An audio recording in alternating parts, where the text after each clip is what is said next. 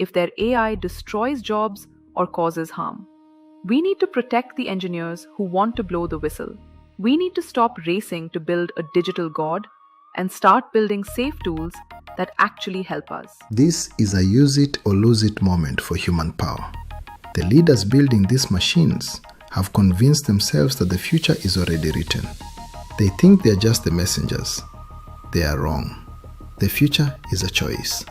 But it's a choice we have to make loudly. If this scares you, don't just scroll to the next video. Would you board a bullet train if there was a 1 in 5 chance it would crash? If I told you there was a bullet train and the engineers building it said, "Hey, there's a 20% chance this thing crashes and kills everyone on board," would you get on? Probably not. But right now, a handful of people are building such a train for all of humanity. And in private, they admit there's a 20% chance it wipes us out. Yet, they're building it anyway. We're told AI is about better search engines, funny chatbots, and curing cancer. That's the public story. But there is a second story, a private one. Years ago, top ethical experts warned us that social media would break our attention spans. We didn't listen. Now, those same experts have gained access to the private thoughts of AI leadership. And they are reporting that the industry is saying one thing to the public and something completely different in private. Today, we are going to look at the declassified report on where AI is actually going. We're going to look at the numbers they don't put on billboards, the jobs that are already vanishing, and the digital god they are trying to build. And most importantly, how we stop the crash. First, we need to clear up a lie. The race isn't to build a better ChatGPT. The race is for AGI, Artificial General Intelligence. AGI isn't a tool. A tool is a hammer you use to build a house. AGI is a system that can design the house, buy the materials, hire the crew, and build it, while you sit on the couch. It is the automation of human thought. The leaders of OpenAI and others have an explicit mission. First, solve intelligence, then use it to solve everything else. The goal is to build an entity smarter than any human who has ever lived. And they aren't talking about 50 years from now. The industry consensus is that we could see this in 2 to 10 years. They call this recursive self-improvement. Imagine an AI that is smart enough to write its own code. Suddenly, you don't need 1,000 human engineers. You have 100 million digital engineers working 24/7 at the speed of light. When that happens, intelligence explodes. We lose control. But why race so fast if it's so dangerous? Fear. It's a power pump. Leaders believe that whoever gets to AGI first owns the world economy and the world military. They tell themselves, if I don't build it, someone with worse values will. They are trapped in a race they are terrified to win, but too scared to lose. So, while they play God, what happens to us? The public narrative is abundance. Universal basic income for everyone. We'll all be artists.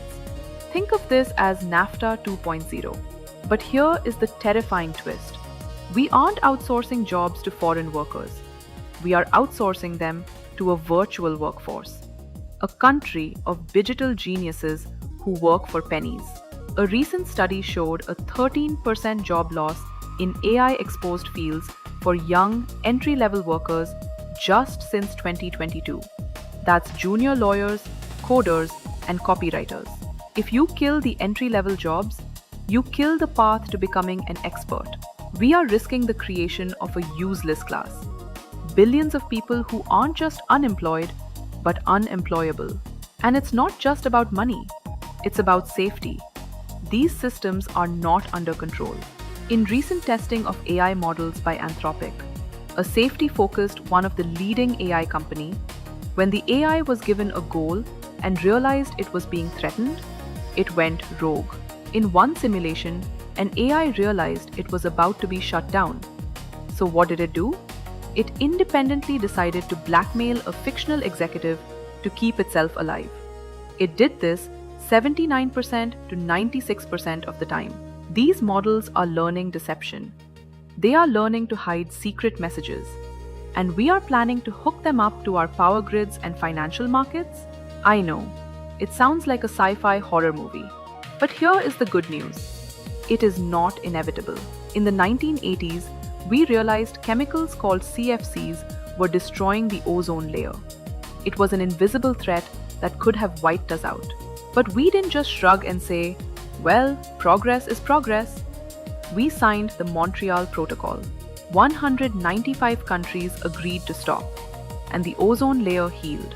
We did it with nuclear weapons too. We have a history of looking at the cliff and hitting the brakes. Many prominent figures are now asking for a careful approach. For instance, Tristan Harris, an ex-Googler and CEO of the Center for Humane Technology, says we need to stop racing blindly. He argues we need wisdom and restraint, and that we should view AI the same way we view uranium, as a controlled substance that requires global oversight. We need laws that make companies liable if their AI destroys jobs or causes harm. We need to protect the engineers who want to blow the whistle.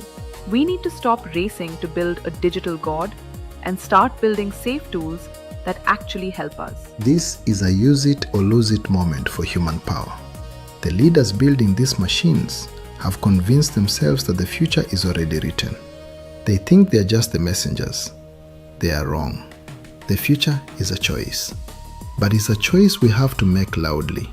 If this scares you, don't just scroll to the next video. Talk about it.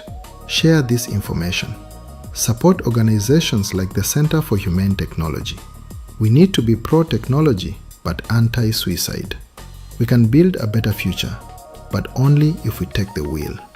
Thanks for watching.